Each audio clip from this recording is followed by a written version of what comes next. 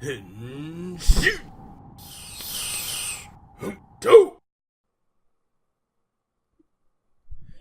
guys, welcome to this episode of the Go Mango Toku Cast. I'm your host of Frozen Stratos. Here with me today we have... This Cinder Blaze. And Makotoa. Guys, welcome back to our dead show. Which one? On the show today, we have Space 21 through 23 of Uchuu Sentai Kyuranger. And let's just dive right in to 21. And this is really where we kind of finally get a conclusion to something and the introduction to another. So I don't know if the audiences transfer over, but in our our recent My Hero Academia podcast, I talked about how I like it when shows finish their sentences. And this episode was definitely the end of one sentence, a distinct end of one sentence, and the start of another. And I, knowing what we know from episodes 22 and 23, it seems like a very different direction that the show has taken. Yeah, we kind of step away from the Oni-chan arc, which I'm going to call it. Yeah. Moving on to, what is it, the Phoenix Enforcer? By the end of the episode, at least. Mm-hmm. Because we kind of just we just end everything that goes on with that. Yeah. So, as for episode 21, in the cold open, we get the return of Champ, and it was pretty emotional. Tons of stuff happened this episode. It was crammed, and to see Champ back is great. I'm still bothered by how quickly the turnaround of Orange was for them being friends. I know it might get touched on in the Stinger episode that we're getting as a direct-to-DVD release. But as it stands, we didn't get as much as I would have liked to make his return as impactful. But even still, I loved it. Then they roll called again immediately after they did it in the episode prior, but that's fine. And what'd you guys think about the end of Scorpio? You want to go, Alex, or me? I don't have really much to say. Actually, I probably do. I didn't really like Scorpio, as he was kind of developed over the entire arc. He did have every episode, he did have his moments, and he was a pretty intimidating villain. But him as a character, or him as Stinger's older brother, I felt was really inconsistent, and then he just kind of turned into a villain for villain's sake. It really didn't make too much sense. I think the explanation was he became consumed with his power, and that was what did it. But it did bother me that there didn't seem to be this. There was such a stark difference, and I mean, you could see it with Stinger, where he's just you're not the same person I used to know. You're not my old brother, because his old brother wasn't this particular way. So it felt like this stark contrast where, where's the transition? Yeah. There wasn't very much shown that would give us any indication of that. And eventually we come to find out he sort of has this noble cause in a twisted way, where he was going to try and take over and become the most powerful over Don, whatever the guy's name is. Yeah. So it's kind of I think it could have been executed better as well, but when he was a villain, he was a good villain. But there were definitely beats that worked better on paper than it did in terms of execution. Like you guys are saying, what bothered me a lot was that for Scorpio, right. like you said about like there was no in between, there was no progression. That did bother me, but I keep talking and I feel like I had a point before I started talking, but then I immediately lost that point. Oh no. Yeah. So well, I can like build on mine, and then like maybe it'll help you remember yours. Go for it. Like what Michael said, like when he was a villain, he was like a good villain. It's just he had this connection with Stinger that they always trying to like kind of, bring back into the spotlight just for a little bit because he's really important to Stinger's character. Like you can feel it from Stinger's side, and then from whenever we have to see it from Scorpio's perspective, you don't really get it. Like, yeah, right. I felt like they're trying to like go for the tragic older brother story that we always get, but the way they made it feel was that like he wasn't gonna be redeemable. He like that he was truly evil. Very much so. Yeah.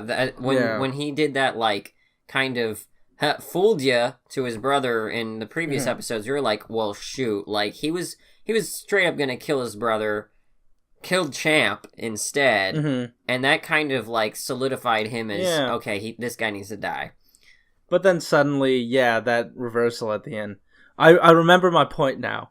I was just very disappointed that his story was so basic. For all that Kyuranger does well, and for all that Kyuranger, tries to make their own, it really didn't deviate from the path. And I've seen this story arc go down in Die Ranger, which is one of the older Sentai, where I don't know if you guys care about spoilers, but one of the main characters, his relative sort of turns on them and has this really I don't know, twisted turn, but then at the end immediately switches back and then, helps them out, saves the day for that one episode. So like I said, it has been done, and I'm kind of sad that, and this applies to Stinger too. It's just the story, the arc they go through is so basic, and they don't even have they didn't put enough time into developing those characters to at least make that basic story as resonant as it could be. I get it.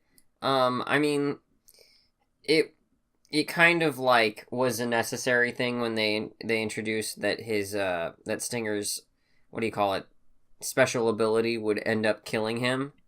Oh, boo! Oh, that went nowhere. That, like, I mean, that was the thing that, he got to do at the very end to, like, try and redeem himself a little. And not just that, he saved him from that black hole blast. Oh, yeah. Which I blinked my eye at. I was kind of annoyed by it until, like, I started to sort of think about it and, like, really try to understand why that scene happened. It was because, in my mind, Stinger said, hey, strength comes from protecting people. So there was that big, insane blast coming at them. But the fact that he was protecting so many people, the person he cared about the most, that strength translated into him being able to defend them. And that was really nice. I mean, visually it didn't work as well. I mean, through the flaws that, like, we see on the Scorpio side of things. Right. I was able to just forgive pretty much all of it through Stinger's, like, acting and the way he picked up on it. Like, every time you saw Stinger, like, interacting or just, his emotions toward his brother, it always just, like, made it okay for me for some reason. And I guess maybe that's to the credit of the actor or something. I'm not entirely sure, but I ended up just being like, all right, that was satisfying enough. Yeah. And I want to touch on actors for a bit. And I feel like the strength of Kyuranger, I just noticed this. So, like, half of the cast is human, half of the cast is in-suit people, and them being voice acted. So, really, half the cast is done by professionals. The other half is done by, some newer faces, as is most Sentai. So really, even if the actors we didn't get were going to be that great, which they are, well, barring a few, we could still really lean on the voice acting and the seasoned suit actors as other Rangers. It was really sort of a smart move for them. If you, well, yeah, I mean? I adore each and every of the suit actor Rangers. Yeah. Like I don't know, like I obviously Doggy's my favorite, but every single you one. You gotta stop calling him Doggy. That's the other Sentai. Yeah, I know. Gato. There you go. I know his name. Come on. Took you a while. It's just funny it's nice to call him that because it's the reference, but I do enjoy all the voice actor talents and suit actor performances, with all their quirks that they have. So yeah. And they're giving some pretty good scenes to them, and I feel like, again, that's really the strength of, I don't know, there was just some great ideas behind the scenes, like, oh hey, what if we make half the cast in suit so we can have them as seasoned actors, and then even if these new guys aren't that great, we could still sort of lean on them a little bit to lend a bit of credibility. And luckily, we have characters like Stinger, Kotaro, Silver that are really good. Luckily, definitely the weakest are Hammy and Lucky, but Yeah. So let's start talking about the second half of this episode, where we're introduced to the Sasquatch, the boat at the end of the Kyutama Rainbow. Right. Yeah. Because that's what I thought it would. You know what would have really turned me around on this show? If they had the balls to make the Argos the Gokai Galleon. It was a ship. It was, yeah. So it's almost like, Yeah. I haven't heard from Alex in a while. What are you thinking here? About, I don't know, what'd you think about the Argos in general? About how it was just like the Phoenix Enforcer just sealed inside of it the entire time? Or are you talking about the actual Zord? Whatever you want. Oh, we're not there yet. Oh, by the way, I did some research. And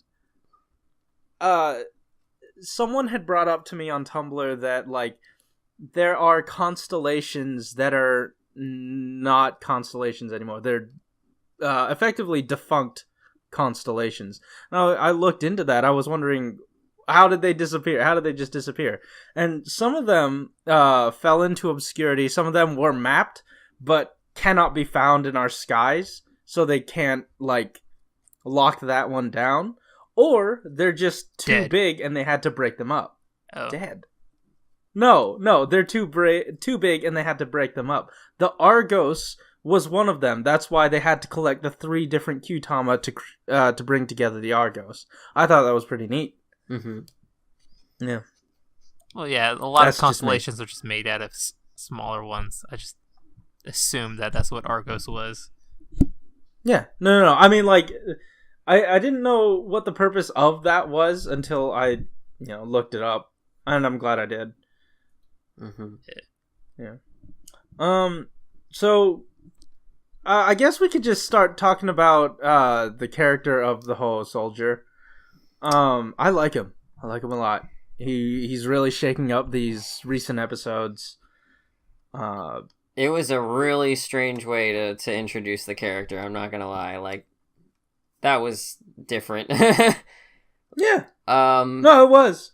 It was a little comedic too, but he definitely got that 6th Ranger sudden power up in the first episode they debut in. Yeah. And I don't want to say they nerfed him too hard, because he is still pretty broken. They gave they gave a pretty good Okay, explanation as to why he was so broken at the beginning. I can't say he was broken in the following episode because, like, despite him doing a lot more flashy stuff, his power level's basically the same. Like, he's just beating that same, metal death worm in, like, the same amount of time as everyone else. Yeah. And, I mean, I guess that's more a problem of the visual direction than it is, again, the story beats itself. Mm-hmm. Yeah. Oh, man. Anytime he steps on the scene, that suit is beautiful. And when you shine a light on it, like, at the right angle, there's some detail in there that's so incredible. And, I mean, like, sure, he wiped out an entire fleet, episode 21. Yeah. But again, that power-up immediately goes away. I feel like we can move on into episode 22. Yeah, definitely. 23. And to pair him up with, first off, I want to... No. I want to talk about, like, friggin' the way they're treating Champ, right? So, they don't give any sort of, they don't give too much development to Champ and, Stinger. But then, Champ came back and it was all good and happy again. And I was like, yeah, great, they even had a party. But then immediately the next episode, they decide, hey, you know who we're gonna sideline? Friggin' Champ! Cause you definitely had too much of him. So we're gonna take him away from you yet again and give him, like, absolutely nothing to do. Yeah, for the whole episode, pretty much he was gone. Not just that episode, but the next episode. What did he even do on the planet with Gold? At all. He stood there. That's true. Right? Gold was the only one that needed to go. Champ had no input. Mm-hmm. When Gold got slapped, Champ was just standing there. Yeah. When Aria, the bad cosplay girl, Haruto-sama, Kamen Rider Wizard, when she was talking to Lucky, who was standing in the background with no input, definitely Champ. Why bring back a character, give it so much hype, and then just immediately kill it? Why? He's a robot, a few words. You know what would have been actually useful? A filler episode. A filler episode between these two would actually be useful instead of jumping right into the Argos arc. Yeah, no, I would have been fine jumping right in. But had they given us a filler before Champ died, of those two working together? Well, that's of Stinger and Champ. I think Michael's referring to Gold. Oh, Gold and Champ. Okay, Champ. Yeah. I did kind of want to see what was going on with them. Not necessarily a filler episode, but actually have the episode focus more on them. I meant even just between Argo, right after Stinger's arc, they have kind of an episode that could be for mourning for Stinger a little bit, but also have Champ come alongside and be there for him.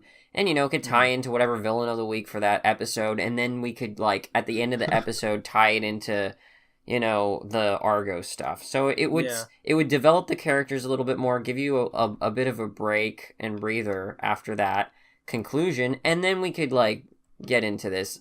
And, I mean, it's great. Honestly, it's never a bad thing that we're not in filler. Yeah. Right? No, I mean, but I do get the whole thing of, man, it just keeps going. Like I said, I like when sentences end, but they immediately started another sentence.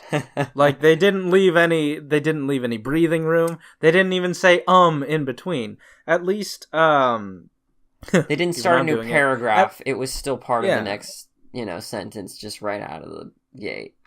Well, it's kind of like with My Hero Academia right now. We know that the next episode, it's going to be kind of a breather episode.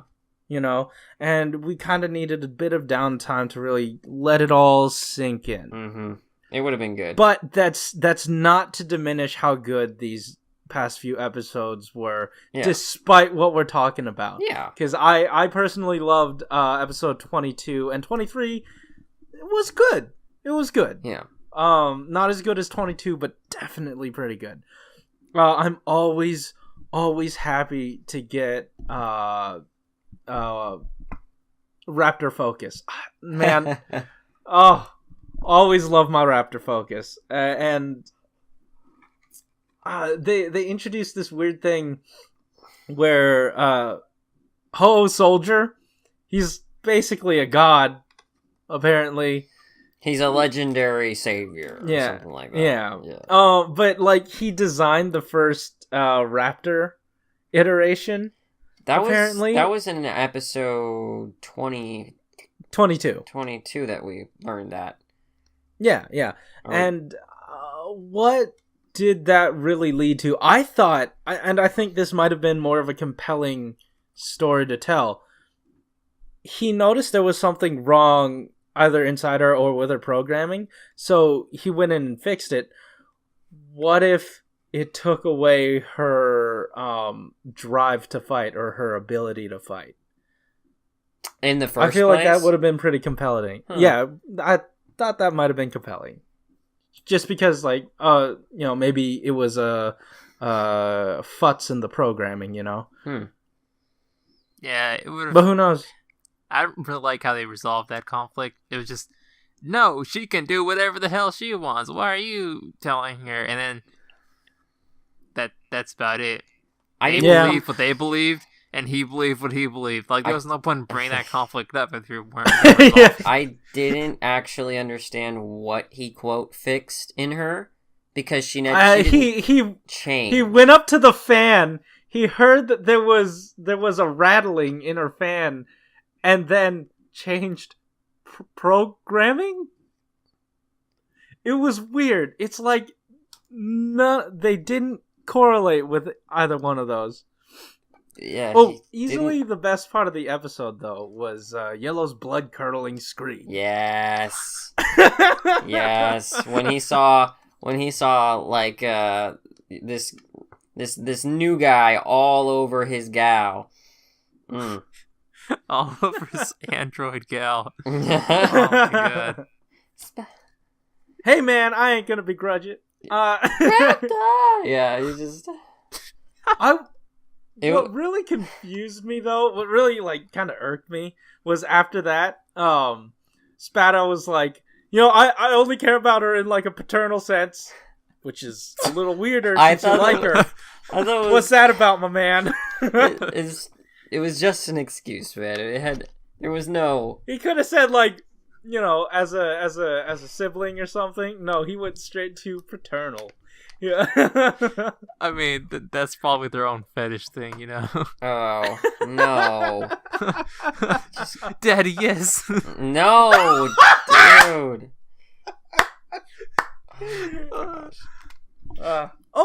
We got a lot of reveals this episode about the whole structure of this world now.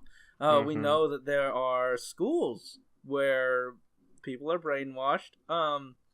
And we got we get to see this mystery unfold. Like, who is Ho-Oh Soldier? Is he really who he says he is? And it's turning out that he is actually who he says he is. He was the first man... Well, I mean, this is not 100% confirmed, but he was the first man to go past the moon. He was the first man to grab a Q-Tama. He was the first president of the world. Kind of like... Suddenly. Was it the world, or was the it Space like... Federation? Yeah. The world! Don't even know the reference. What? That's also a reference to JoJo, and he's like, yeah. No. And just move past it. Okay. Yeah. I was thinking Zyuohger, but alright. Yeah, we know you were thinking Zyuohger, but... Or, I did. Michael's says otherwise. I legit thought you were thinking about... Anyways. Moving on! His brokenness and his I don't know, fighting ability and what he knows definitely gives credence to what he says.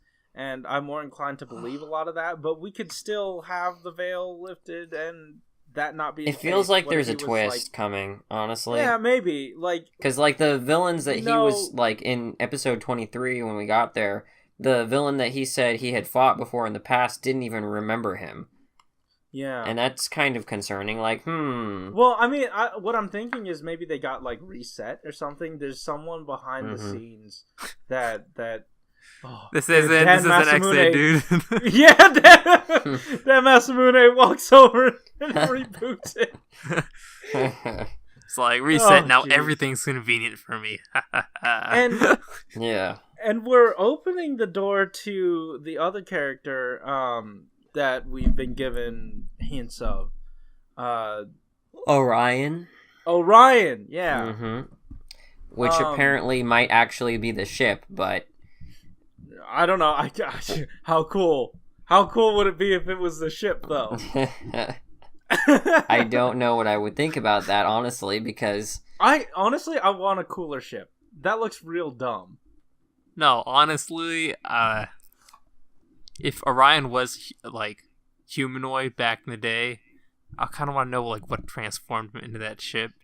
You know, maybe they're just, like, stuck on a planet, and then they're just like, what are we gonna do? How are we gonna, like, go and, like, defeat Don Armage? He's like, don't worry, I got this, and just, like, turns into a giant-ass ship. And they're just like, okay. You know what? What if the Ho-Oh soldier, you know, wasn't who he says he is, but he was kind of brainwashed into thinking he was by Orion, and Orion was actually the one that did most of that?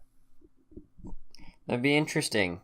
Too interesting that it would not actually probably happen, but... Yeah, maybe. I don't know.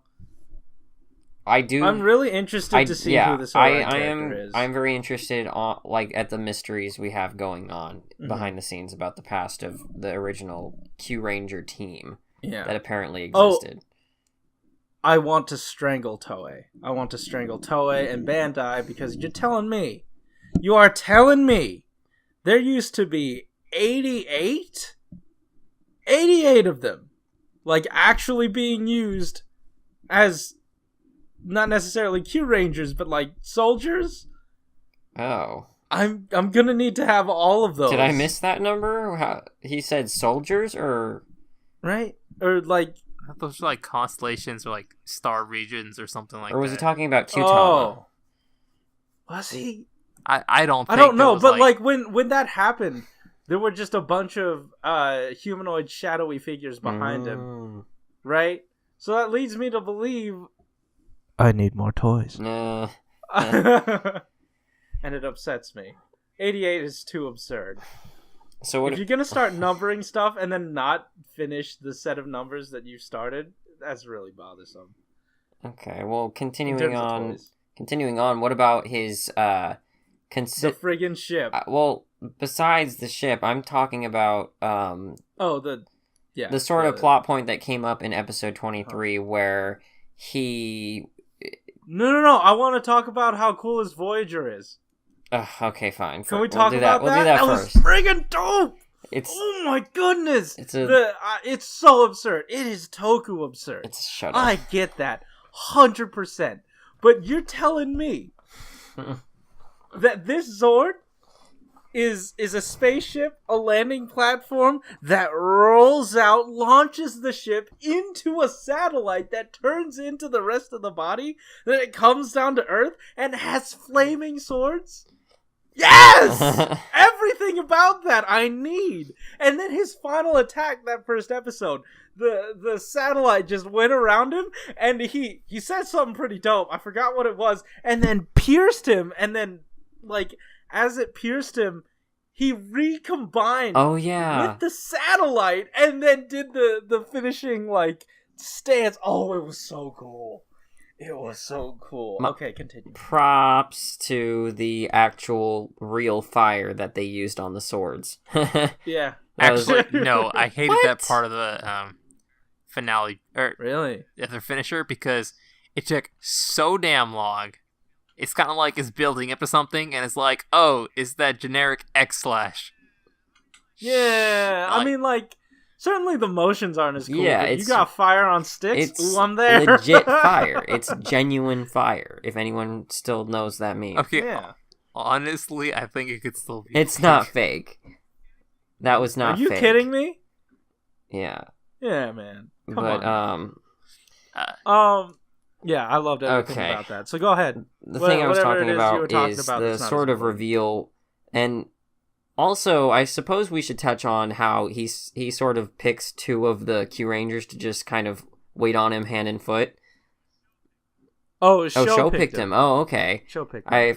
I for some reason I thought he did, but like I guess it makes sense because he's got the secretary, Raptor, and the chef, and so they've kind of like sort of teamed up with him for a while, and for a while they were trying to prove their worth and that they could actually fight, even though they weren't just soldiers. They were a chef and a secretary, and that obviously came into the play with the whole I actually built the original Raptor series robot or android, which was what he said. But then eventually we come to find out in episode 23 that his team sort of became a shield for him and sacrificed one of them could never fight again. Another one sacrificed his entire life for him.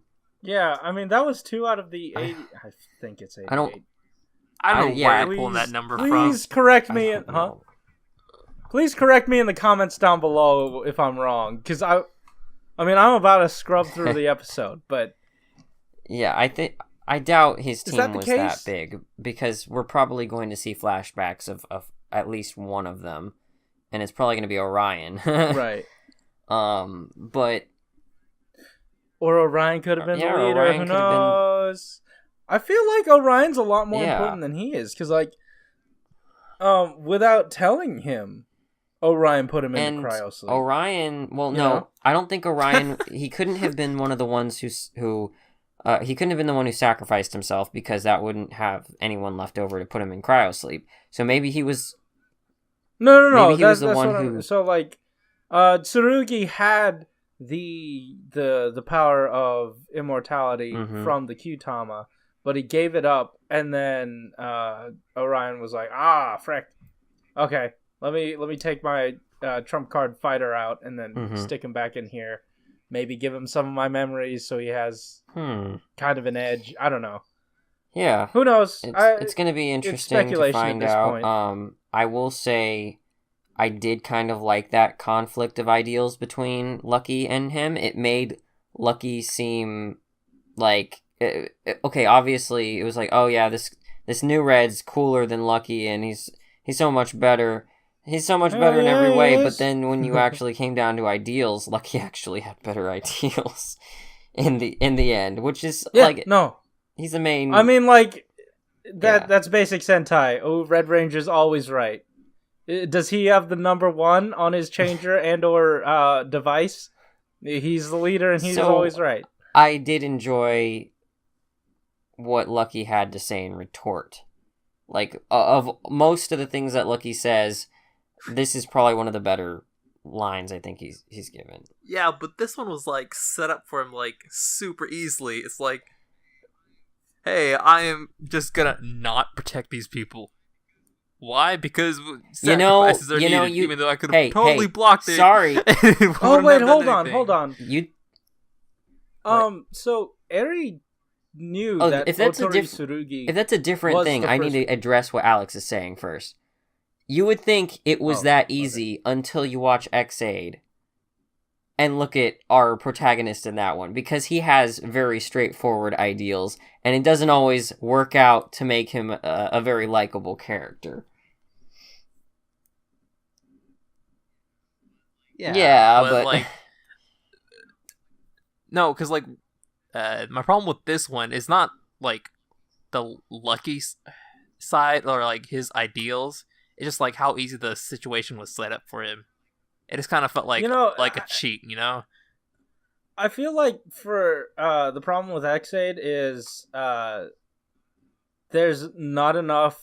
Like they put too much focus on him, but with Kyuranger they only focus on Lucky It's a little bit, like It has especially in these been- last few episodes. So it doesn't give him a lot of time to fall down on accident. okay. Like if you have the camera, a candid camera on someone for too long, you're gonna watch them fall down or like trip or something. But if you have the camera on them for their important parts, like birthdays or celebrations, you're gonna be at their best. You know what I mean? So, yeah. Actually, that reminds me. It's kind of like the opposite problem if you kind of think about it, because XA kind of sets up these, these really good dilemmas, and X8 kind of falls flat on them.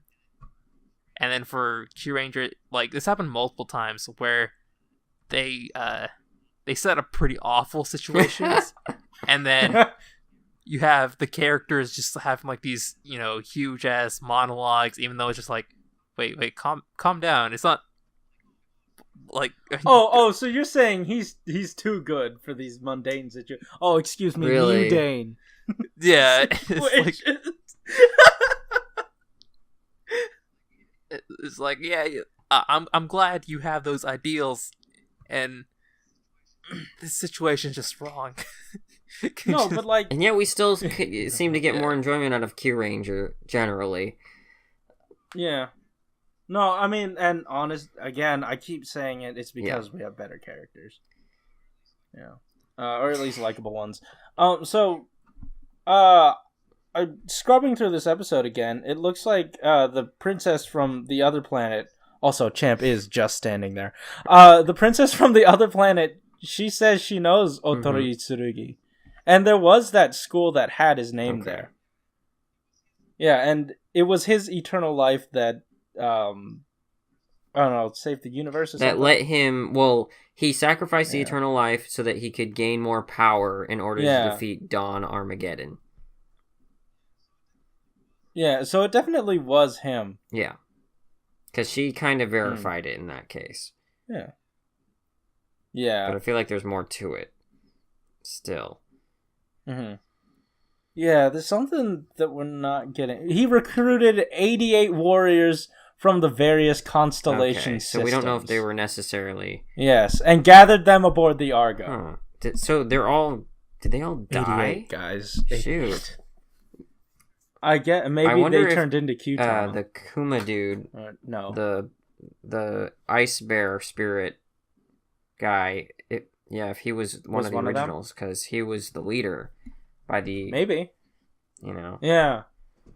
Could have been. I don't know. Like, we don't see enough of the remnants of these 88 to... I mean, like, they obviously didn't make an impact without Tsurugi. They all must have gone into hiding or something. Okay. Yeah. Yeah, it would be kind of interesting if we go and try to find some of those remnants of his old team, but it's been way too long. I get the feeling for it to be of any significance. We're gonna like sort of. Never mind. I'm not gonna.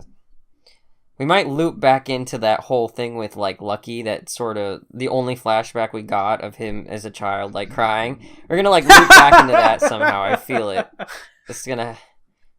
I would not be. I wouldn't sad either about because that. at least we. Have the main character be relevant to the main plot? Who'da thunk? Yeah. And generally with Sentai, we tend to stagnate after we've had our like introduction episode, and then we get reinvigorated with the 6th Ranger. I feel like Kyuranger has had this steady progression upward, and then we get the 6th Ranger, and then we're even going. We have gotten the 6th Ranger like 6 times. Yeah. Well, like the extra. Jeez, they're all extra. The you know what I'm talking about, like in Kyuranger, Kyoryu Gold. He really I think brought in a little bit of that spice. He doesn't have the same costume, really. Yeah, no, I mean, like, the way I identify it is that basically they all have the same similar-ish costume, but this guy, it inverts the colors, and it does something different with the helmet. And it's also a different Yeah, that'll do it. Yeah. I mean, we saw that with Dragon, but oh man, that really throws a wrench in. Oh yeah, Dragon seemed. I don't know. I feel like for the ones before it, it was just completing the team that we already had. And man, what if for each arc we get a sixth ranger, another sixth ranger? It's gonna be Orion. Just keep collecting more. I want to see that. But what color would he be? Gold. Yeah. We don't have white. We don't have white yet. Yeah. Maybe you could be like the Shining White Knight or something. He kind of did have that, like, I mean, when we were seeing the silhouette of the individual, like, handing one of the Kyutama over to the cosplay chick. Why do we call her that? Yeah. Oh my god. Because it's bad cosplay. The princess. That outfit is really bad. so the bad. The princess of that planet, like, he was enveloped in a white light. So, he could. Yeah. I mean, and like they've done every color under the sun. They even did the whole like time fire thing of doing another red. So I feel like they'll get to white. Could happen. Yeah. Yeah. So does that? I think we're about wrapped up. Yeah. Is that it, guys? That's great. Cause you know what? We're friggin' caught up. Aren't you excited? And next week we'll definitely be back with more coverage of Kyuranger. So hit that subscribe button. Watch, Alex is having a good old seizure back there. Hit that subscribe button if you want to hear more from us each week. Hit that like button if you like this episode and comment down below. Tell us what you thought about these past 3 episodes. Tell us what you think about Kyuranger in general. Also, hit those links in the description down below. We got a Discord chat in there. You do it, though. And, Dingle our dongle. See ya. Oh, yeah, bye. Say bye! Say bye, Michael.